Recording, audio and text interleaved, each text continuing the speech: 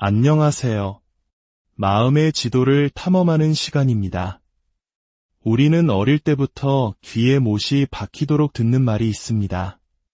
가족이 전부라고, 어떤 일이 있어도 그들이 나에게 어떻게 대하더라도 무조건 용서하고 곁에 머물러야 한다고 말입니다. 참고 인내하는 것이 미덕이라고 배웠습니다. 하지만 만약 그 맹목적인 충성이 당신의 영혼을 갉아먹고 있다면 어떨까요? 사랑이라는 이름이 무기로 사용되고 있다면요? 당신과 가장 가까운 사람들이 오히려 당신이 진정한 자기 자신이 되는 것을 가로막고 있다면 어떻게 해야 할까요? 역사상 가장 영향력 있는 심리학자 중 한 명인 칼 융은 이 조용한 고통을 깊이 이해했습니다. 그는 단순히 인간의 마음을 탐구하는 데 그치지 않았습니다. 그는 우리를 꼼짝 못하게 만드는 가족 내에 보이지 않는 힘, 그 숨겨진 역학을 파헤쳤습니다. 죄책감, 수치심, 정서적 조종, 그리고 마치 갑옷처럼 대물림되는 무의식적인 상처들. 융은 무조건 관계를 끊으라고 말하지 않았습니다. 그는 명확히 보라고 말했습니다.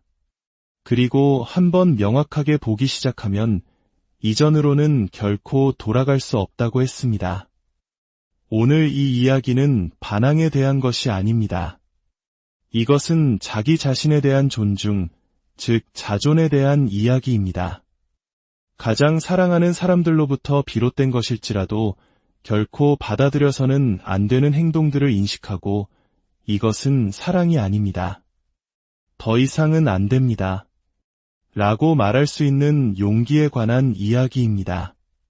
첫 번째, 정서적 조종입니다.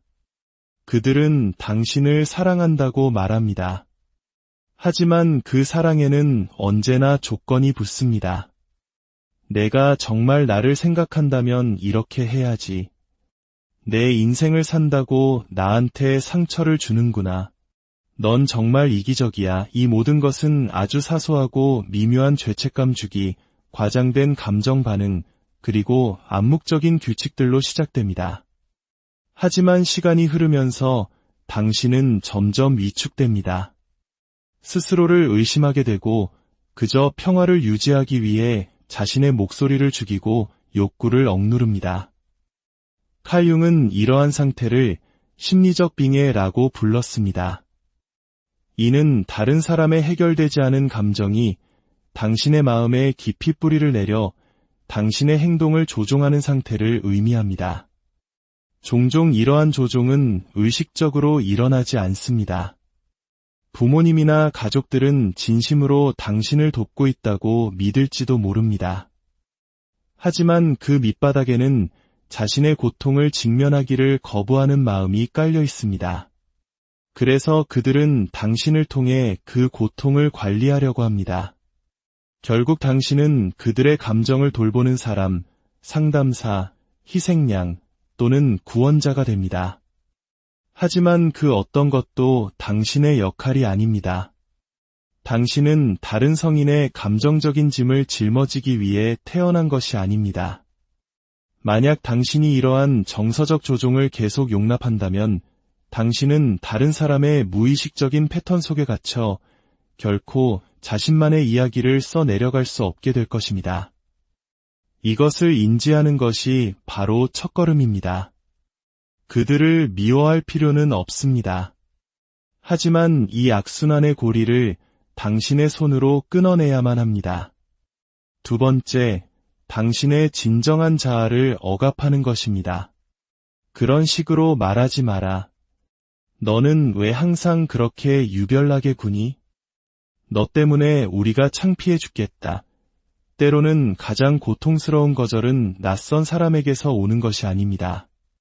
바로 우리를 길러준 사람들로부터 옵니다. 그들은 소리치지 않습니다.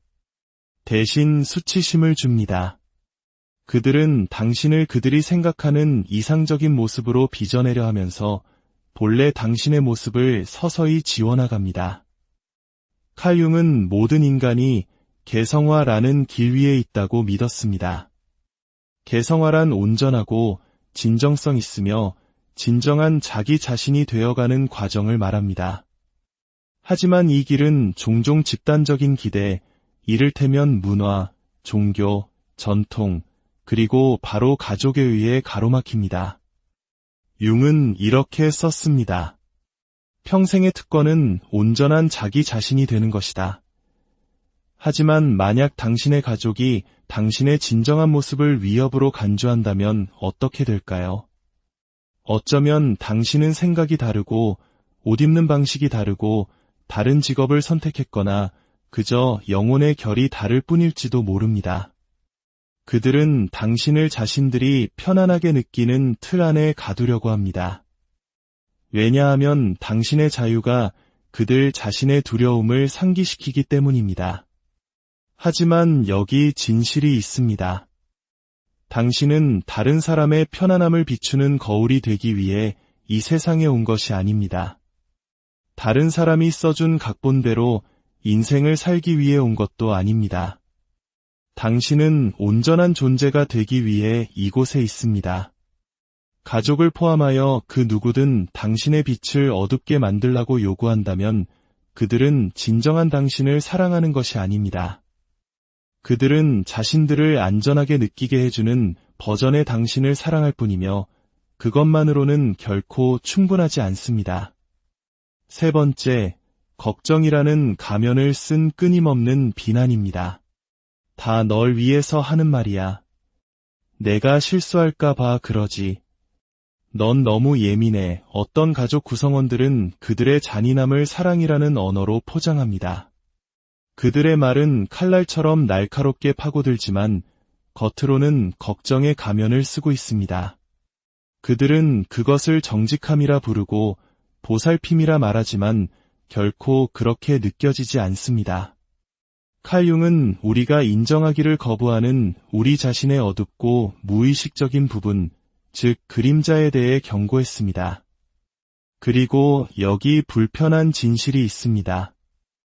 당신을 끊임없이 비난하는 사람들은 종종 그들 자신이 외면해온 자신의 일부에게 말하고 있는 것입니다.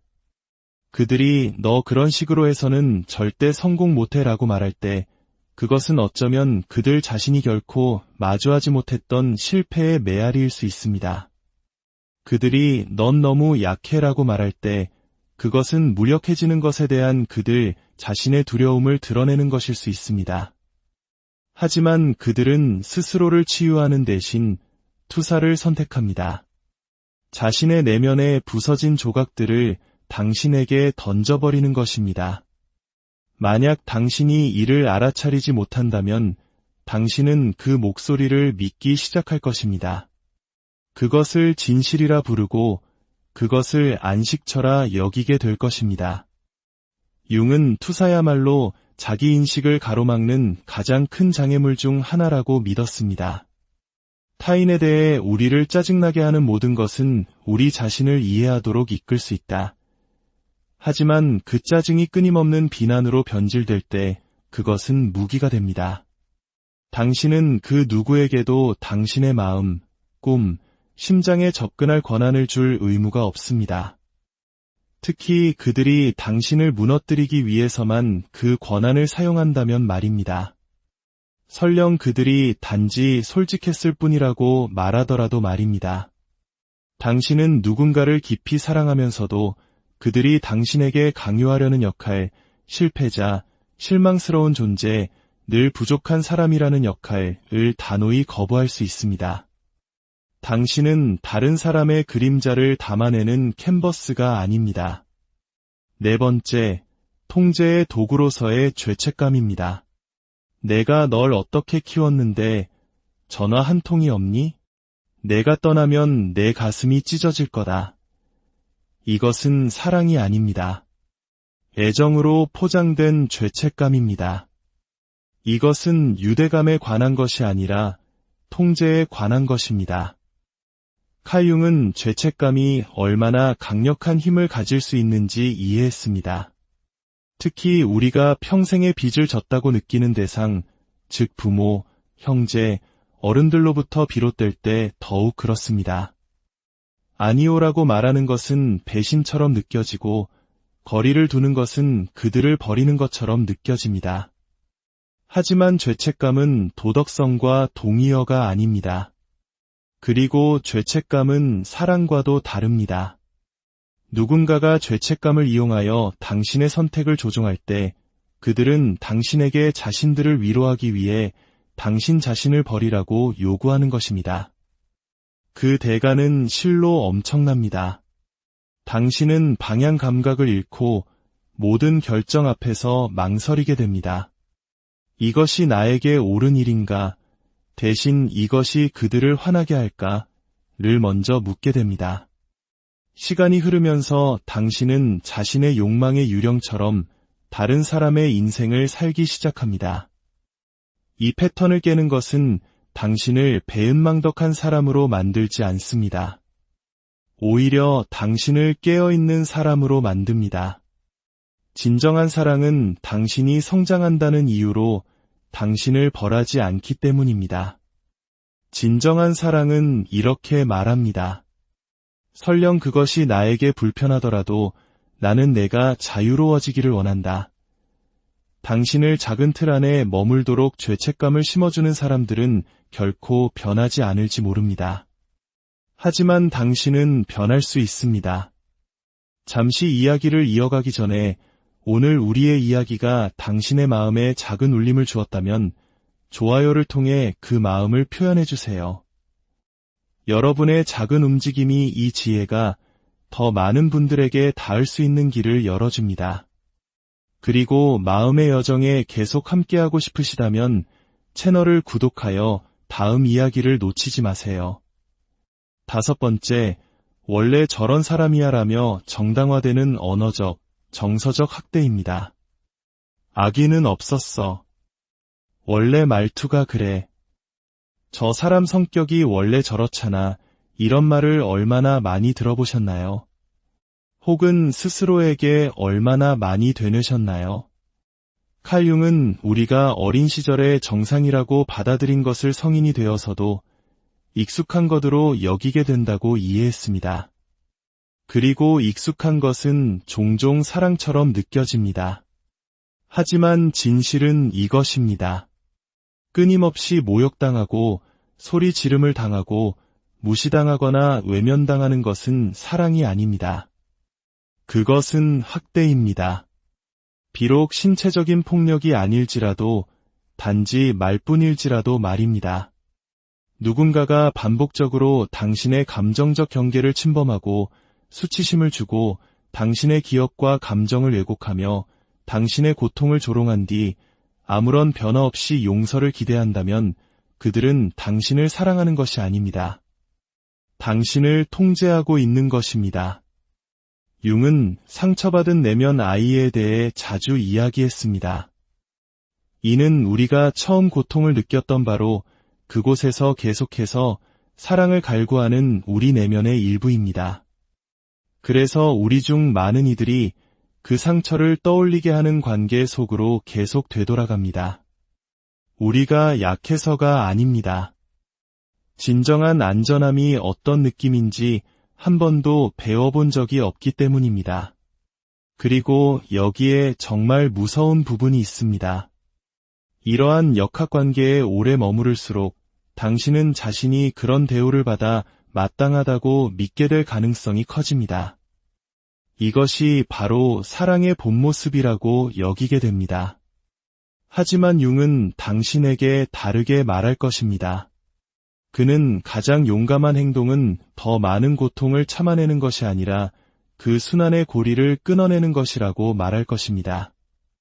이것이 무엇인지 이제 알겠다.